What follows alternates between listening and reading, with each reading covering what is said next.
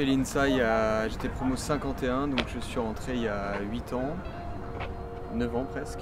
Et on est devant le bâtiment F.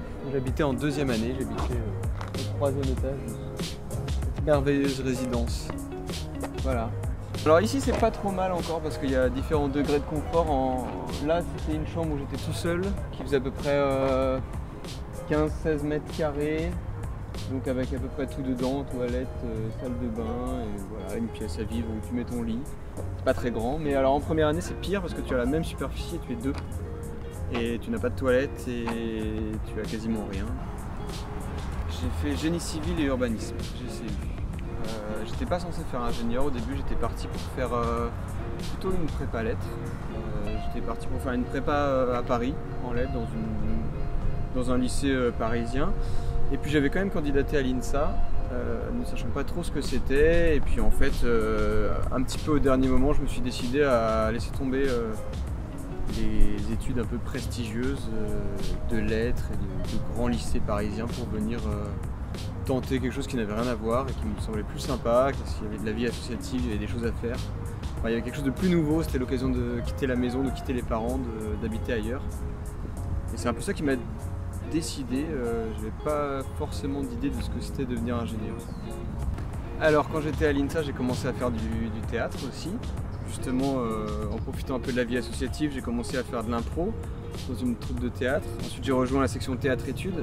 En 2011 je crois, ou 2012, en fin de 4e année INSA, j'ai passé le concours de l'ENSAT, qui est l'École nationale supérieure d'art et technique du théâtre, qui est à Lyon. Je savais pas trop ce que c'était comme école, mais je savais que c'était assez renommé, réputé, alors j'ai passé un peu pour voir comme ça, pour me rendre compte un peu de ce que c'était l'ambiance là-dedans.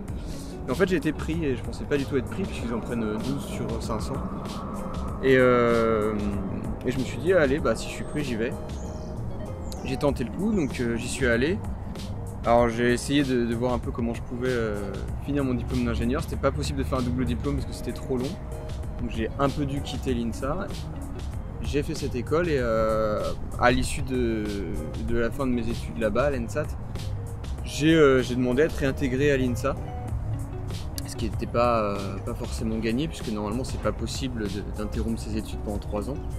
Mais j'ai réussi à me faire réintégrer en département génie civil et j'ai fait ma 5e année à la fin de mes études de théâtre. J'ai fait 4 ans d'ingénieur, 3 ans d'acteur, 1 an d'ingénieur et j'ai eu 2 diplômes.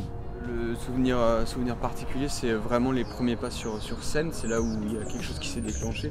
C'est la première fois qu'on a monté une pièce en théâtre-études, vraiment le soir de la première, c'était la première fois que je faisais un spectacle et j'ai su que c'est ça que je voulais faire. Quand même, alors que j'étais dans cette école d'ingénieur, dans ces études embarquées pour 5 ans, je me suis dit, bah voilà, moi ce que je veux faire c'est ça et je veux continuer là-dedans.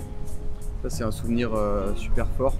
Après, anecdote, ce qui est toujours une anecdote marrante, c'est d'avoir dû finalement quitter l'INSA et avoir pensé que jamais je serais ingénieur quand j'ai dû un petit peu partir d'ici pour faire du théâtre. Puis finalement je l'ai été réintégré et finalement en fait on m'a rappelé il y a 1 an ou 2 pour donner des cours ici, donc finalement j'ai été limogé, puis réintégré, puis prof, donc c'est rigolo. Non, moi j'ai vraiment l'impression que j'ai jamais eu de discontinuité. C'est pas parce que j'ai fait des études d'ingénieur et ensuite que j'ai été comédien ou metteur en scène que je vois une scission entre les deux. Ça a été vraiment des expériences complémentaires. Et même la démarche de travail que j'ai acquise à l'INSA, c'est quelque chose qui mature et qui se poursuit, puisque à l'INSA en fait c'est jamais que 5 ans à être bombardé de plein de choses à faire, de plein de choses à apprendre, de plein de connaissances à acquérir. Puis finalement tu apprends à gérer ça en fait au quotidien. Et c'est quelque chose qui marche avec tout finalement. Parce que ce que tu as appris en cours, alors tout le bagage technique qui reste en fond, mais il y a plus la démarche de mise au travail et la manière de penser qu'on t'apprend pas mais qui se développe en toi pour survivre à l'INSA. Alors ça c'est très précieux après. Mais c'est toujours les mêmes conseils qu'on a entendus depuis qu'on est rentré par plein de gens et qu'on redonne, mais c'est de profiter déjà. Profiter de la richesse de l'école, puisque pour avoir fait 2 écoles du coup nationales, le fait d'avoir une énorme école comme l'INSA où il y a 5000 étudiants, ça donne une richesse de nombre de personnes, de nombre d'activités, de choses à découvrir. On rencontrera pas tout le monde, on fera pas tout ce qu'il y a à faire dans cette école en 5 ans. Alors que dans d'autres écoles, peut-être que si. Et ça donne vraiment l'occasion de se confronter à plein de choses et de découvrir plein de choses. Voilà, c'est un peu un temps suspendu aussi. Une fois qu'on est dans la vie active, on doit travailler, on doit gagner sa vie, on doit lancer des projets qui sont des projets à long terme. Donc quand tu t'engages dedans, ben voilà, après c'est parti pour 10 ans. À l'INSA, tu as l'occasion de butiner un petit peu, d'explorer des choses, de tester, de pas aller juste en cours, mais d'aller en cours quand même, parce que là aussi tu apprends des choses. Et donc voilà, il faut profiter de ce temps qui est donné.